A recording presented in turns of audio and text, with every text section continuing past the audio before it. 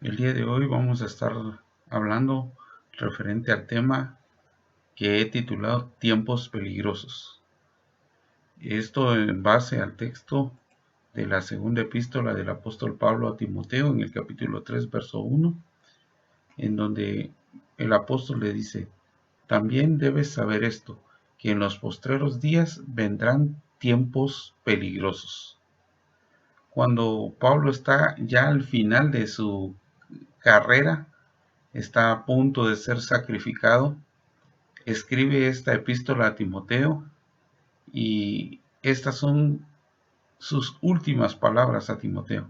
Así que esto tiene una gran validez porque Pablo está advirtiendo a Timoteo, a su hijo amado en el Evangelio, de cómo debe de actuar y de qué debe apercibirse en estos tiempos peligrosos. Antes ya le había dicho en la primera epístola, en el capítulo 4, verso 1, le dice: pero el Espíritu dice claramente que en los postreros tiempos algunos apostatarán de la fe, escuchando a espíritus engañadores y a doctrinas de demonios. Vemos que hay tres elementos acá que Pablo cita como esos tiempos postreros, esos tiempos peligrosos. El primero es que apostatarán de la fe. El segundo es que escuchando a espíritus engañadores.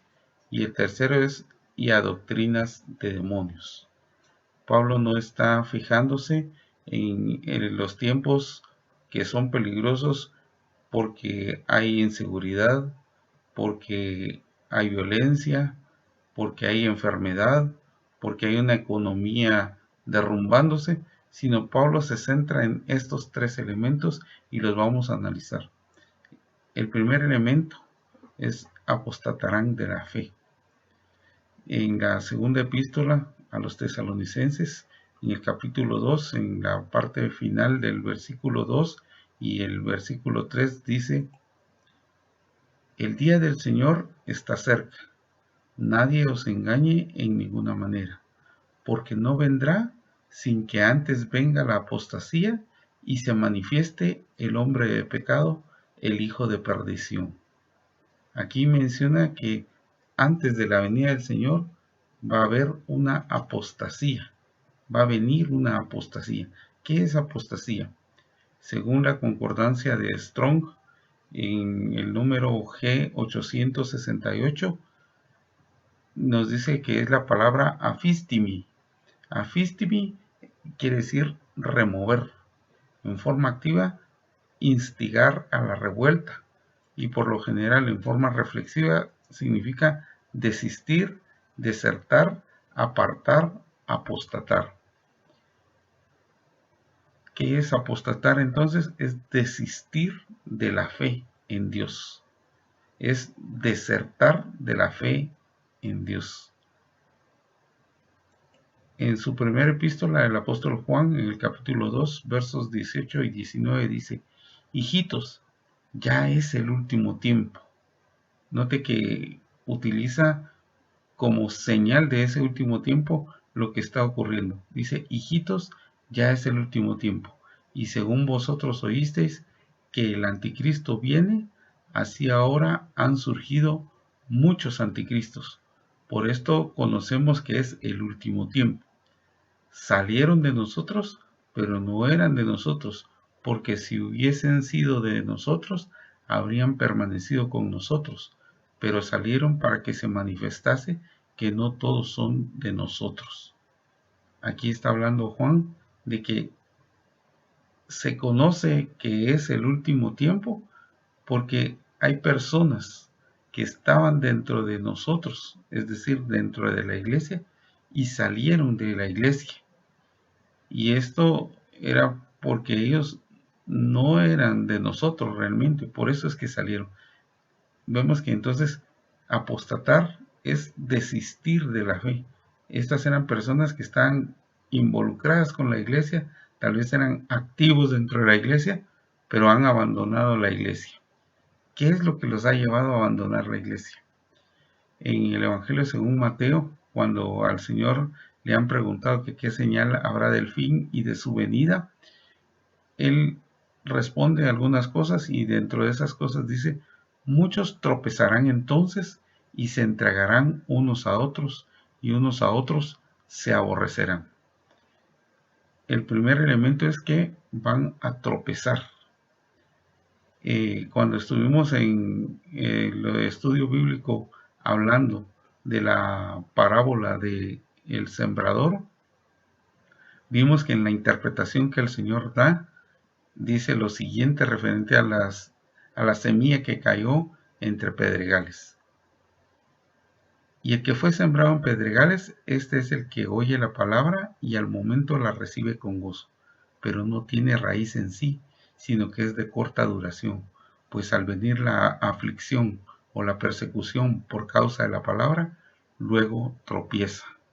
Vemos acá que el factor común es el tropiezo. ¿Por qué tropiezan? Porque viene una persecución a causa de la palabra de Dios. Entonces, cuando viene esa persecución, estas personas tropiezan, porque eran personas que recibieron la palabra momentáneamente y con gozo, es decir, personas emocionalistas. El apóstol Juan en la primera epístola, en el capítulo 2, versos 9 y 10, dice, el que dice que está en la luz y aborrece a su hermano, está todavía en tinieblas. El que ama a su hermano permanece en la luz y en él no hay tropiezo. Nuevamente está relacionado el tropiezo con el aborrecerse. Acá dice que el que dice que está en la luz y aborrece a su hermano está todavía en tinieblas. Así que lo que nos dice el Señor Jesús en Mateo capítulo 24, referente a estas personas que van a aborrecerse, que van a tropezar, es porque ellos decían estar en la luz, pero todavía están en tinieblas. Porque si estuvieran en la luz, no habría tropiezo en ellos. Pero entonces estas personas que apostatan de la fe en Dios son personas que tropezaron, que estuvieron dentro de la iglesia, pero a pesar de estar en la iglesia, estaban todavía en tinieblas. Nos dice en el Evangelio según Mateo, en el capítulo 24, verso 12 también, y por haberse multiplicado la maldad, el amor de muchos se enfriará. En la palabra amor es la palabra número G26 de la concordancia Strong y es ágape, que significa amor, afecto o benevolencia. Hace 3 meses estuvimos estudiando en la congregación la palabra amor, como en el griego habían 4 palabras que representaban este amor. Había un amor que era la palabra estergo y era un amor entre familia, entre padres e hijos, entre hermanos. Luego había un amor que era entre la pareja, que era el amor eros, era un amor carnal. Luego estaba el amor fileo, que era un amor de sentimientos, un amor social que se daba entre amigos, que se daba entre personas que compartían cierta afinidad. Pero finalmente estaba la palabra ágape, que era el amor de Dios, que dice Pablo en Romanos capítulo 5, verso 5, en la parte final, porque el amor de Dios ha sido derramado en nuestros corazones por el Espíritu Santo que nos fue dado. Vemos aquí entonces que esta palabra ágape es ese amor de Dios que ha sido derramado en nuestros corazones. Pero entonces dice que el amor de muchos se enfriará. Estas personas eran personas que estaban dentro de la iglesia, dentro de la congregación, pero su amor va a enfriarse. El Señor Jesús les advierte a los discípulos, diciendo, estas cosas os he hablado para que no tengáis tropiezo. Os expulsarán de las sinagogas y aún viene la hora cuando cualquiera que os mate pensará que rinde servicio a Dios. Esto está en el Evangelio según Juan, capítulo 16, verso 1 y 2.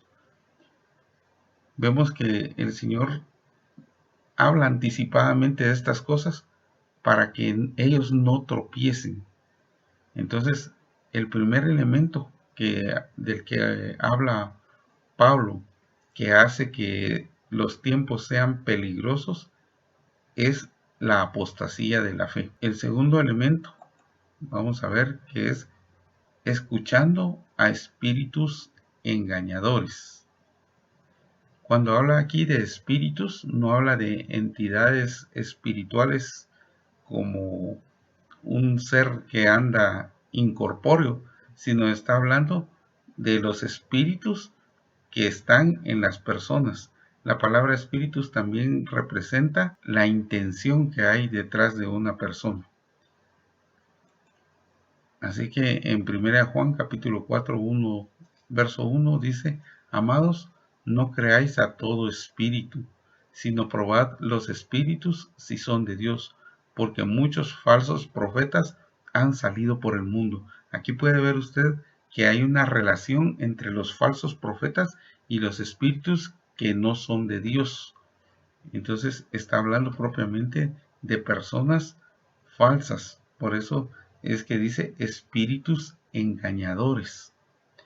En el Evangelio según Mateo, en el capítulo 7, verso 15, el Señor Jesús les dice: guardaos de los falsos profetas, que vienen a vosotros con vestidos de ovejas, pero por dentro son lobos rapaces.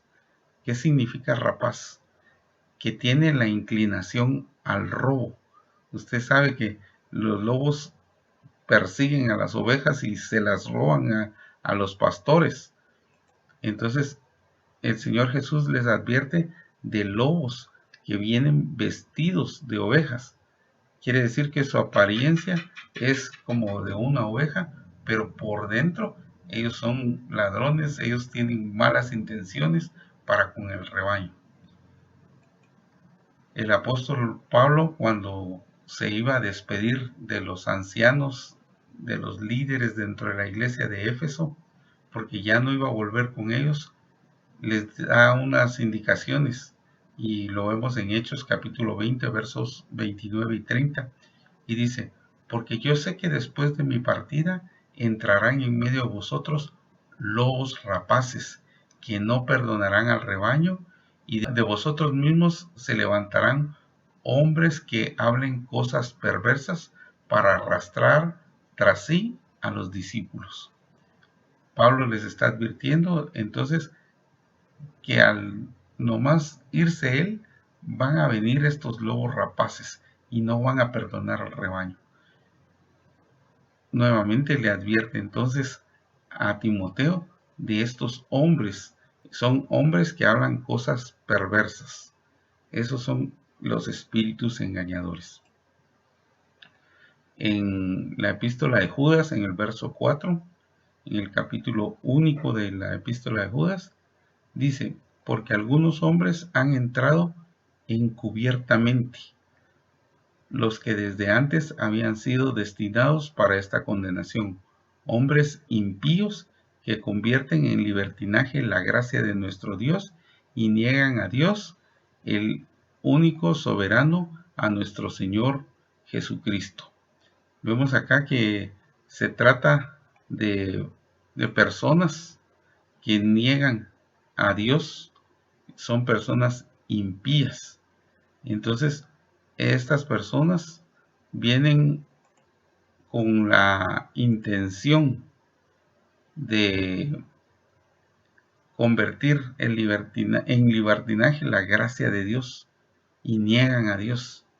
Entonces, la clave aquí es que entran encubiertamente, no entran de una manera declarada. El Señor Jesús dijo que el que entraba por la puerta era el pastor de las ovejas, pero que el que entra por otro lugar es un salteador y es un ladrón.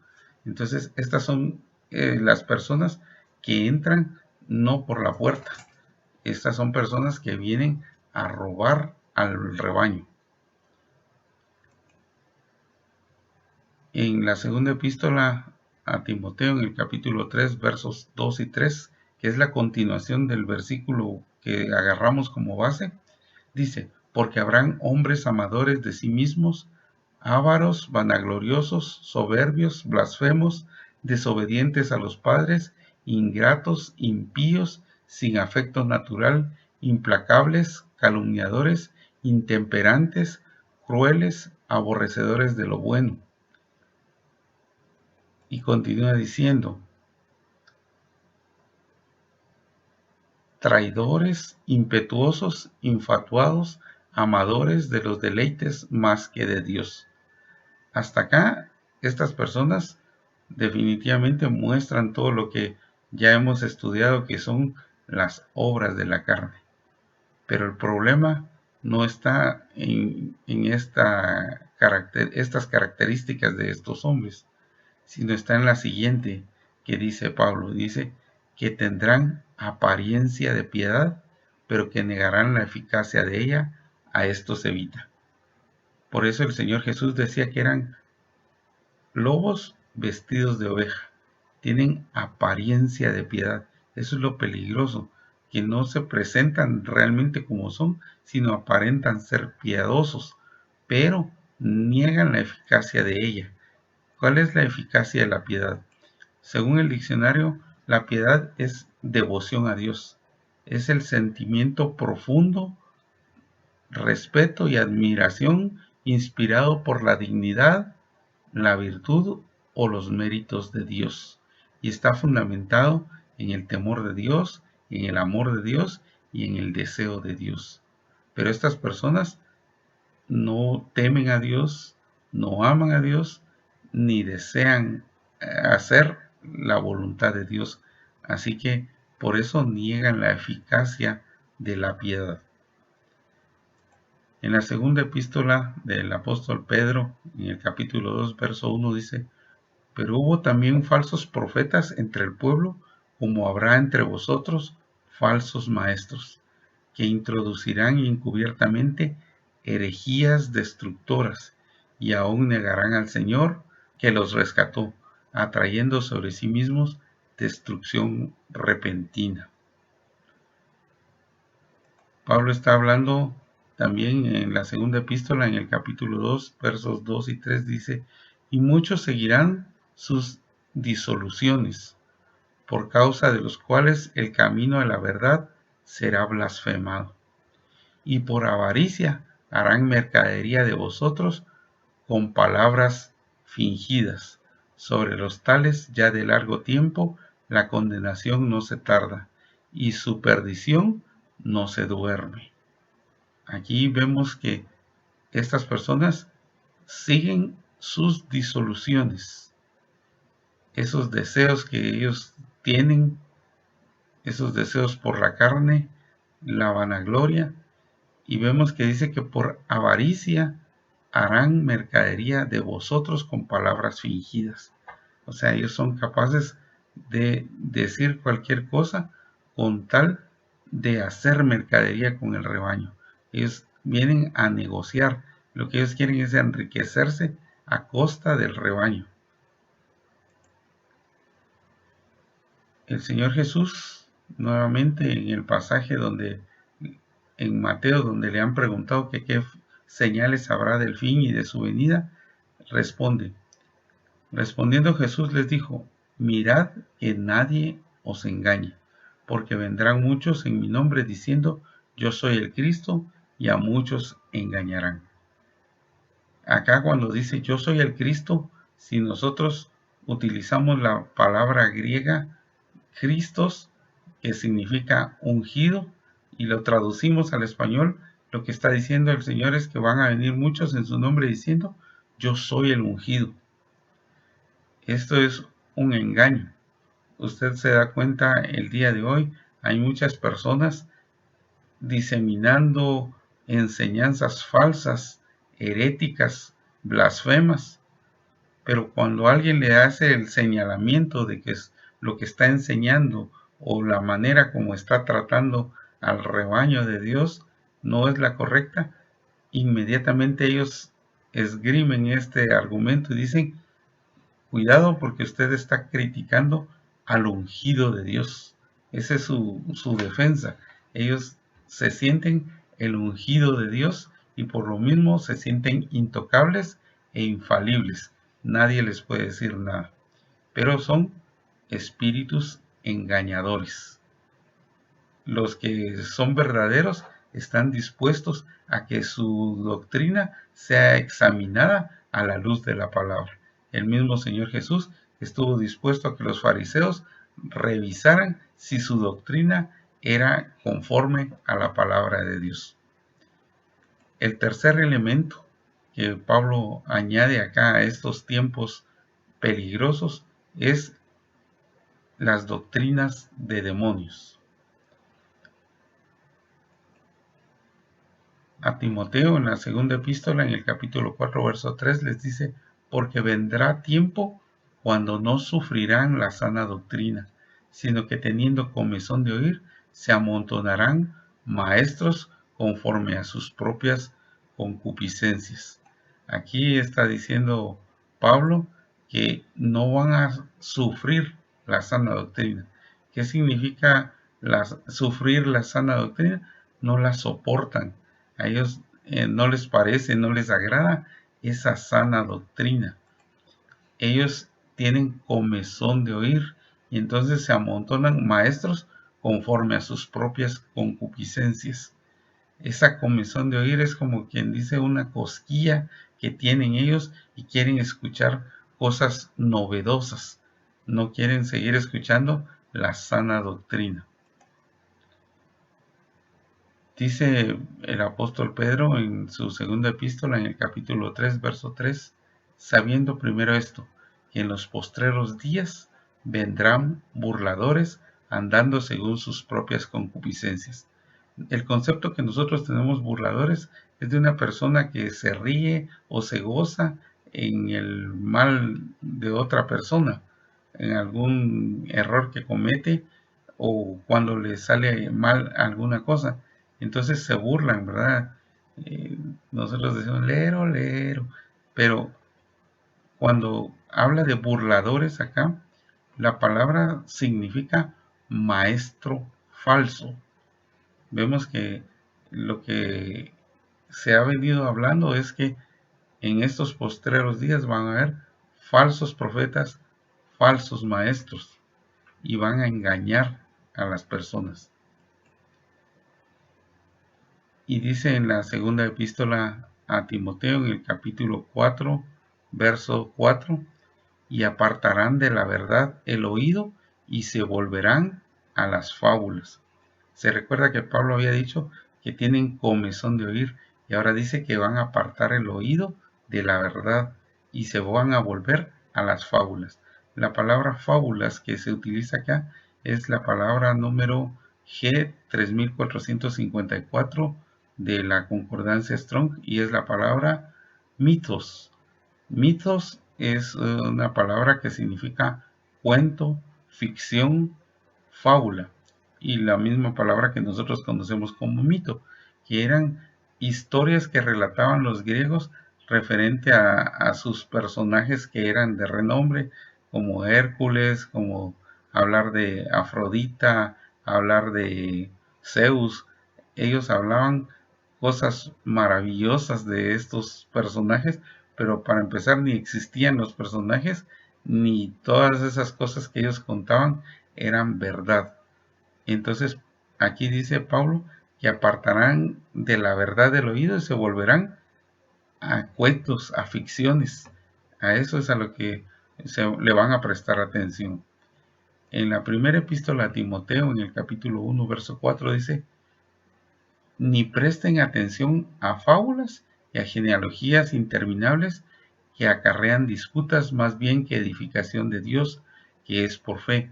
Así te encargo ahora. Entonces, aquí habla de las fábulas nuevamente, de esa ficción, esas historias inventadas. Usted hasta el día de hoy ha escuchado algunas historias, por ejemplo, que dicen que el Señor Jesús, en la época en que era un niño, hacía palomitas de barro y las soplaba y volaban. Eso no está escrito en la palabra de Dios, eso no aparece en ninguno de los evangelios. Aquella historia que hasta el día de hoy Cuando usted pela un coco, mira que tiene unos agujeritos arriba y le dicen los deditos del niño, porque dicen que Jesús cuando iba por el desierto tuvo sed e hizo que una palmera se doblara, bajó el coco y con sus dedos lo perforó. Son historias que no tienen ninguna base bíblica, pues a esas dice que no les presten atención ni a las genealogías interminables porque acarrean disputas. En Efesios 4, verso 14 dice, para que ya no seamos niños fluctuantes, llevados por doquiera de todo viento de doctrina, por estratagema de hombres que para engañar emplean con astucia las artimañas del error. Aquí habla de niños fluctuantes. ¿Qué significa fluctuantes?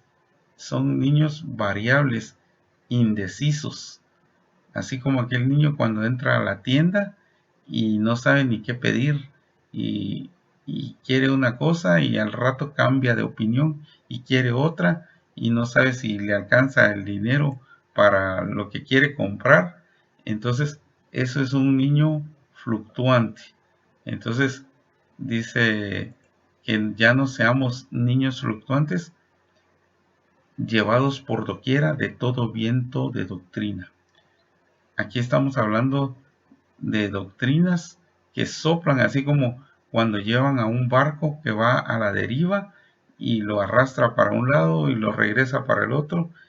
Aquí está hablando de esos vientos de doctrina, esas enseñanzas erróneas que hacen que las personas un día vayan en una dirección y al día siguiente cambien de dirección y nunca tienen estabilidad. Y dice que por estratagema de hombres que para engañar emplean con astucia las artimañas del error. ¿Qué quiere decir? Que son planes elaborados para engañar. Esas son las artimañas. Son planes que se desarrollan para engañar a las personas. En la primera epístola de Juan, en el capítulo 2, versos 22 y 23, dice, ¿quién es el mentiroso sino el que niega que Jesús es el Cristo? Este es anticristo, el que niega al Padre y al Hijo. Todo aquel que niega al Hijo tampoco tiene al Padre. El que confiesa al Hijo tiene también al Padre. Vemos que Pablo llama a estas doctrinas de demonios. Y estas eran unas de las doctrinas que se estaban dando en aquel momento. Juan dice que niegan que Jesús es el Cristo. Y al día de hoy usted sabe que, para empezar, los judíos, ellos niegan que Jesús sea el Mesías, que sea el Cristo.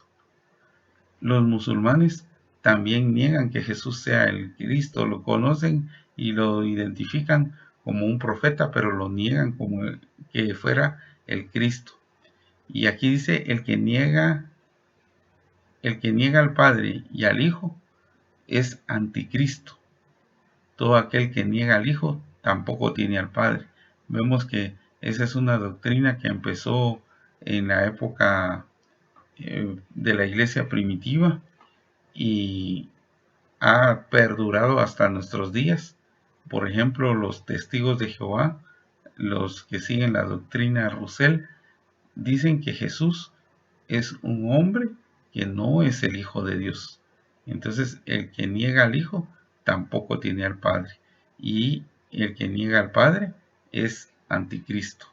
Entonces, esta es una de esas doctrinas demoníacas que niegan a Jesús como el Cristo. En la segunda epístola de Juan, en el capítulo 1, verso 7, dice, porque muchos engañadores han salido por el mundo, que no confiesan que Jesucristo ha venido en carne.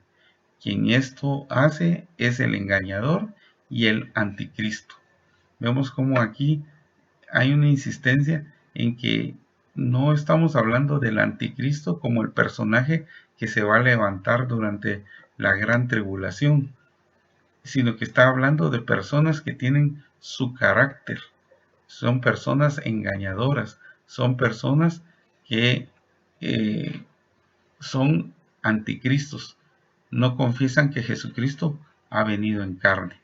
En esta época existía un movimiento llamado gnosticismo, una doctrina esotérica que prometía a sus seguidores conseguir un conocimiento intuitivo y misterioso y secreto de las cosas divinas que les conduciría a la salvación.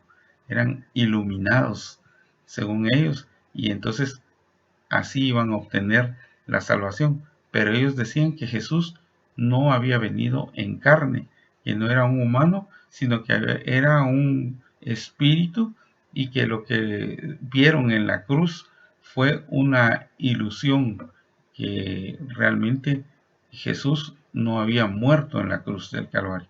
Entonces aquí dice que los que no confiesan que Jesucristo ha venido en la carne, quien esto hace es el engañador y el anticristo. En la segunda epístola de Juan, en el capítulo 1, verso 9, cualquiera que se extravía y no persevera en la doctrina de Cristo, no tiene a Dios. El que persevera en la doctrina de Cristo, ese sí tiene al Padre y al Hijo. Vemos que es bien importante permanecer en la doctrina, porque si no permanecemos en la doctrina, no tenemos al Padre ni al Hijo. En Apocalipsis capítulo 2, verso 14, en las cartas que el Señor Jesús envía a las iglesias de Asia, le dice a la iglesia de Tiatira: pero tengo unas pocas cosas contra ti, que tienes ahí a los que retienen la doctrina de Balaam, que enseñaba a Balac a poner tropiezo ante los hijos de Israel, a comer de cosas sacrificadas a los ídolos y a cometer fornicación.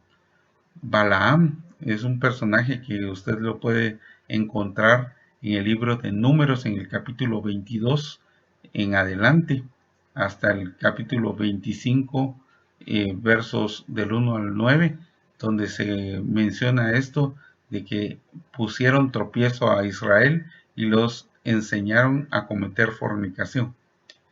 Pero aquí vemos que dice que Balaam ya tenía esa doctrina. En la epístola de Judas, en el verso 11, dice: se lanzaron por lucro en el error de Balaam. Aquí dice que el lucro era el error de Balaam. En 2 de Pedro, en el capítulo 2, verso 15, dice: se han extraviado siguiendo el camino de Balaam. Aquí habla de estos falsos maestros que se extraviaron siguiendo el camino de Balaam. Pero acá esta iglesia dice que tiene la doctrina de Balaam, y era que enseñaba a cometer fornicación. Balaam, la palabra Balaam en hebreo significa depredador de las personas. Balaa significa depredador y Ham es pueblo o personas. Entonces era un depredador del pueblo, como los lobos rapaces que menciona el Señor Jesús y que menciona Pablo a la iglesia de Éfeso. En Apocalipsis 2:15 dice: y también tienes a los que retienen la doctrina de los Nicolaitas, la que yo aborrezco. Aquí le está hablando a la iglesia de Pérgamo y le está hablando de esta doctrina de los Nicolaitas. Le dice que ellos tienen a los que retienen la doctrina de los Nicolaitas. Antes le ha hablado a la iglesia de Éfeso y el Señor dice que ellos aborrecen las obras de los Nicolaitas y que esa doctrina él la aborrece. Pero los de Tiatira tenían ahí a los que retenían esa doctrina, que eran los Nicolaitas. Realmente existe una discusión, no se han puesto de acuerdo qué era la doctrina de los Nicolaitas, pero según la etimología del nombre, Nikos significa vencedor y Laos significa pueblo. Eran personas que se enseñoreaban de el pueblo o que pretendían establecer el gobierno de la iglesia sobre el gobierno terrenal. Vemos que esa era otra de las doctrinas que eran consideradas doctrinas demoníacas. En Apocalipsis capítulo 2, verso 24 dice: pero a vosotros y a los demás que están en Tiatira, a cuantos no tienen esa doctrina y no han conocido lo que ellos llaman las profundidades de Satanás, yo os digo, no os impondré otra carga. Aquí les está hablando de que ellos no tienen la doctrina de Jezabel, que enseña a fornicar, y que no han conocido lo que ellos llaman las profundidades de Satanás. Esta era una práctica de ocultismo. Hay personas que hacen más énfasis en estar estudiando lo oculto que estudiar la palabra de Dios. Y estaban metidos dentro de la iglesia, pero su doctrina va más a profundizar en las cosas demoníacas, en las cosas satánicas, que en la palabra de Dios. Finalmente, en la primera epístola a Timoteo, en el capítulo 4, verso 16, dice: ten cuidado de ti mismo y de la doctrina. Persiste en ello, pues haciendo esto te salvarás a ti mismo y a los que te oyeren. El día de hoy yo les estoy compartiendo sobre estos tiempos difíciles. Hemos analizado y hemos visto que estos tiempos difíciles son tiempos en los que van a haber personas que están dentro de la iglesia y se van a apartar de la iglesia, y van a aborrecer a sus hermanos, y van a tropezar, y se van a entregar unos a otros. Esto lo dijo el Señor, que ocurriría antes de lo que Él llamó principio de dolores. Y es una señal de su venida y del fin. Luego vemos que hay espíritus engañadores. Hay falsos ministros, falsos profetas, falsos maestros, falsos apóstoles. A la iglesia de Éfeso le dice que tienen ellos como característica que han descubierto a los que se dicen ser apóstoles y no lo son. Así que debemos de tener cuidado, porque este periodo es peligroso porque se caracteriza por hombres engañadores, por lobos vestidos de oveja, con apariencia de piedad.